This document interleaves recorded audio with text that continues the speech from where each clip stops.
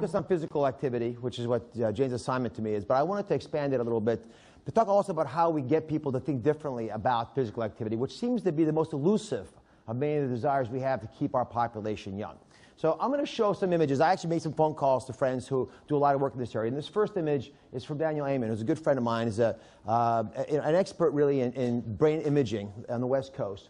And if you look at this, he shows brains from young people to older people. The far right here is a 70-year-old, and the far left is a 20-year-old. You'll notice a few things. First off, this is a scan looking at function of the brain. So you see there are lots of holes in the brains as you get older. This is because those brains aren't quite as functional in those areas. Little holes of functionality lead to a slowness in processing information, inability to recall details. It doesn't change wisdom, which is a very different phenomenon. It just affects the alacrity, the speed at which we process things. You also notice that the colors are a little different, also reflective of where we process information. But you know what? This is not necessarily what's going to happen in any of our lives. This is a construct that tends to represent the average experience for the average American. But we still see brains that look like 25-year-old brains in people who are in their 70s.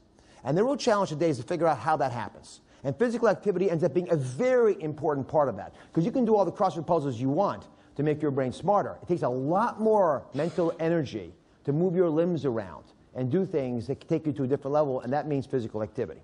So this is how we talk about it on the show. I'm going to show you a short clip about how we try to motivate folks. Now, to get started, I need a little bit of help from the audience. I need one of you to be my assistant of the day. So if you're sitting in seat 114, come up.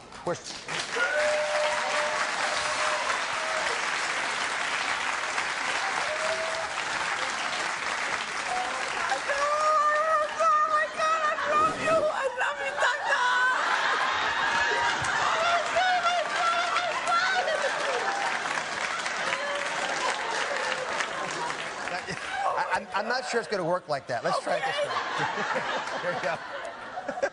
There you go. There you go. There you go. Are you ready? Yeah, I think so. All right. What's your name? My name is Yolanda. Yolanda. All right. Yolanda, have you ever had a urinary tract infection? I don't know. You don't know? If I asked you I don't remember. At a calmer time, what would you have said? I don't remember. You don't remember? Have you ever had burning down below? Have you ever had a feeling that you had to go to the bathroom, but nothing came out? I don't think so. Nothing think so? Maybe years and years and years ago, not. All right. I don't remember. So I'm going to show you, if you're willing to play with me, a little bit about infections. Okay. You on board? I'm on board. Okay. Oh my God! Oh my God! I'm shaking. All right. Oh my God. Now, we like to start off with a little anatomy section. Okay. Are you up for it? Okay. Okay. Look, the gloves match your nails. It's Yeah, perfect. my nails. Oh. Yeah, my shirt. Oh, it's perfect. Oh, it's perfect. Here. Oh my God! Oh my God! Here. One of the biggest challenges we have when we talk about health, and particularly talking about activities, people think they know it already. So one of the biggest challenges I have is to shake them up a little bit and have them think very differently about what their opportunities are. And the one thing I have learned for sure, and I think this messaging becomes important to think about how to take all the wonderful information that's going to come around on the stage today and try to translate it in a way that's accessible, is that people don't change what they do based on what they know. They change what they do based on how they feel. For example, this is an image of osteoporosis, something that we know starts in the 20s for a lot of women. And you know, when it progresses to a normal-looking bone, this beautiful, elegant, thick, structured bone, to the osteoporotic appearance on the right here that looks like it's been eaten by moths, right? Your first thought is, what medication do I take for that? Right? That's the first thought. Now, we all know that the single most important way to change that is physical activity, right? Resistance training. If you can lift things up, you prevent the bone from remodeling, because your bone remakes itself completely every 7 years.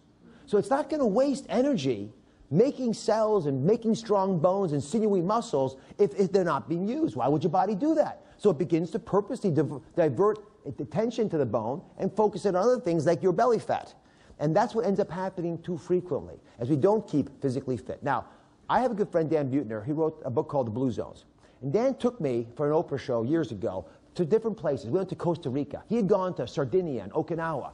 And in this country, we went to Loma Linda, the place where we actually lived the longest in the United States. And when we looked at these different countries, the chance to live into age 100 was 4 times greater 4 times greater than if you live in America. So what's different? Well, you know, they have different kinds of foods they eat. They're all wholesome foods, but different kinds of foods. You know, you have lots of meat in Sardinia, you're plant-based in Costa Rica, etc. They have different kinds of social mores. In some countries, couples were the mandatory rule, and others that just wasn't what was going on.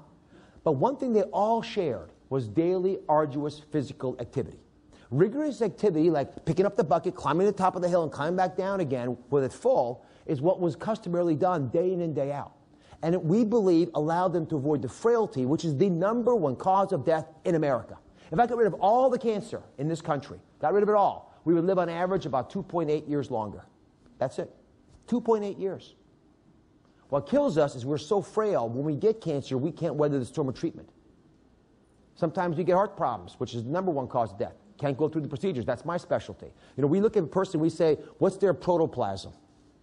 You know, what do they have in their soul, in their body that's left as a reserve to get them through a pretty traumatic operation so we can't impact on their aortic valve or coronary disease or whatever they may have inside of them.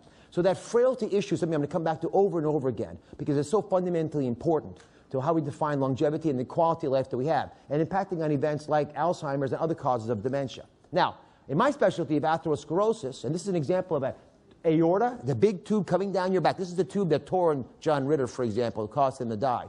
But in most of us, it's pretty thick and gets thicker as we get older if we have hardening of the arteries. But I'm showing that for a reason. You notice this structure on the right, it's a kidney. It's normal.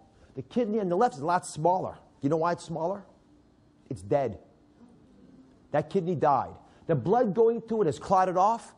The atherosclerosis, the hardening of the artery, the main aorta, when it was going to that kidney, was so thick that the blood couldn't get past it, and it closed off.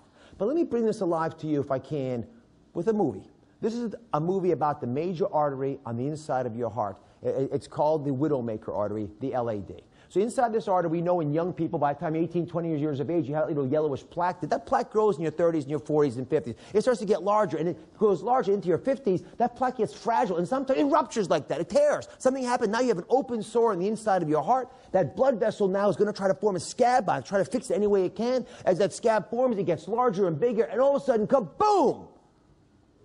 You just saw the leading cause of death in the Western world.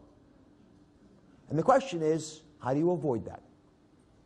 Now the good news, because that seems pretty scary, doesn't it? But the good news is that plaque ruptured and that clot formed in minutes, hours, and days, not months, years, and decades. So what it's really saying is, you might have a plaque that started when you're 20 years of age, but by the time you're 60, if it's still there and progressing slowly, it could go to 150 years of age without being a problem. But if it ruptures and tears, that becomes an issue. Which means what you had for lunch today and who you fight with tonight can influence your chance of having a heart attack tomorrow morning. It's that temporally connected. There are 5 factors that control 70% of how you age. 5 factors. Now, Jane mentioned that 2/3 of how we age we control. This is what specifically she's talking about. #1 issue is blood pressure. 115/75 is the optimal number you want to seek. You don't just want to avoid hypertension. Now, why is that important? Remember that artery I showed that ruptured and caused a heart attack when it closed off? Because that's what happens when that artery closes.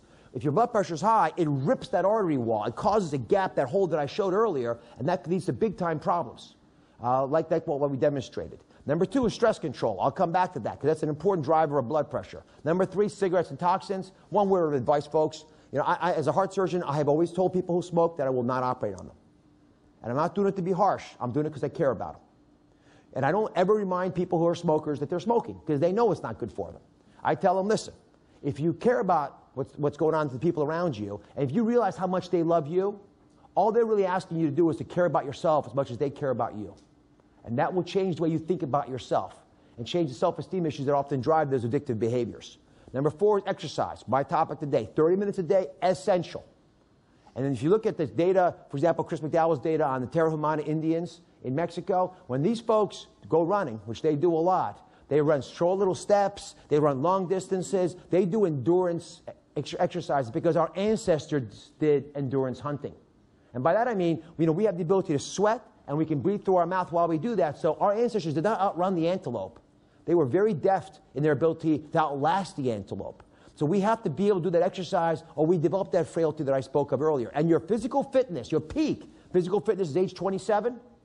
But if we're talking about endurance, that's not how high you can jump. That's how long you can jump or run for. Age 17 is when you start to develop a pretty reasonable endurance level. Guess what? The next time you drop down to that level, you're 65. I'm going to say it again. Your endurance at 17 should be the same at 65. There is no reason why that is not the case, except that you limit yourself to think differently. Healthy diet that you love, and I'm not going to spend much time on that because it's not my topic, is another essential element. If you don't love it, you won't stay on it. So, this is how we should exercise one big muscle, the diaphragm muscle. This is why breathing is so critical. When you inhale, your diaphragm comes down, your belly button goes out. As you exhale, belly button in, diaphragm, that big orange muscle goes up. That's a big difference. Most of you, when you take a deep breath, goes, you go, like this. What this animation is showing is that muscle, that diaphragm, can only be developed and strengthened if we learn deep belly breathing, which is, by the way, a wonderful way to deal with stress. Because deep belly breathing, which is a source of most mystic religions, the core of yoga, meditation. Kids, when they're asleep as children, will naturally move their belly up when they inhale. You want this kind of behavior going on inside your body. And when you're in a meeting and the person's stressing you out, instead of reaching across and strangling, you go, all right, JB, whatever you want. And they can't even tell the difference. Now, conventional diets don't work because the biology of blubber defeats them. There are a dozen redundant systems to hold you back. And I want to talk very quickly about the fact that I want you to look at your waist size. Your belly fat is what ultimately will drive most of the morbidity that we cause and see, and it's the thing that physical activity seems to hold the most. Your belly size, your waist size, should be less than half of your height. That works for men, women, and children, young people, old people, across the board. When that belly fat is larger than that, it causes a big issue. That yellow fat pad there is the omentum. Take that away, there's your belly, your liver is up, the brown thing up there, the green is the gallbladder. You just had lunch a couple hours ago, that food is moving through your intestines nicely now. It's probably right about there. As that food mixes with bile, it washes, and as it washes, you absorb those nutrients through the wall of the intestinal tract. Once they're absorbed through the wall of the intestinal tract, your liver will metabolize them to whatever you want. If you're physically active, you divert food, your nutrients away from there, and your liver will take the food, convert it to sugar, and you will burn it off. If you're not physically active, those same nutrients will head to your liver, and your liver will turn into foie gras. 20% of the public has a fatty liver like that whitish liver. And the reason they have that is because their omentum, that yellow pad that I spoke to earlier, is getting ponderously larger, stretching out across your waistline. And that's why I'm measuring belly fat. That's why that's so important. Now, if you look at the big issue here, it comes down, in my opinion, for longevity to one big topic. How much muscle you have versus how much fat you have. Muscle burns at least 3 times more calories than fat. And muscle burns calories even when you're not using it, which means if you're exercising on a treadmill, when you get off the treadmill, you stop burning calories. One tip on treadmills, by the way you exercise is you walk on a treadmill, whatever pace you're comfortable with, and then increase the incline. That's how you increase the effort level. Don't try to run faster. That's why people get hurt. That's why those Tarahumara Indians can run tens and dozens of miles a day and never get injured, even in the 80s and 90s. But the issue for us is weightlifting, lifting your body, yoga, tai chi, those basic exercises. They don't just burn calories while you're doing them. They burn more calories after you've done them, because that muscle is a metabolic furnace. So this is my last slide, and this is your goal. You want to be as hard, as strong, as forceful as you can, because you're out there chasing your prey, like that cheetah is. You see that prey as it goes, the muscle, the lack of fat. And you can do this at any age of your life. It takes some effort, but you can do it. It can work. Thank you very much.